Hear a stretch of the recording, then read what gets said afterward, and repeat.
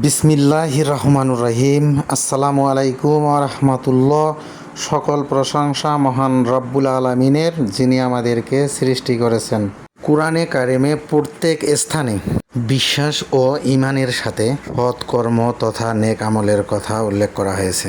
এই কথা পরিষ্কার করে দিয়েছে যে ঈমান এবং নেক আমল পরস্পর অবিচ্ছেদ্য অংশ। আল্লাহর নিকট ঈমান ছাড়া নেক আমলের কোনো গুরুত্ব নেই। আর নেক আমল তখনই গণ্য হবে যখন তা সুন্নত নবী করিম সাল্লাল্লাহু আলাইহি ওয়াসাল্লামের তরিকা অনুযায়ী আল্লাহর সন্তুষ্টি লাভের জন্য খাঁটি নিয়ত করা হবে।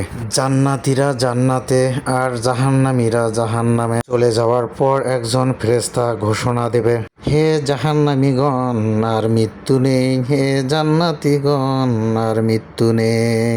যে দল যে অবস্থায় আছে সব সময় ওই অবস্থাতেই থাকবে।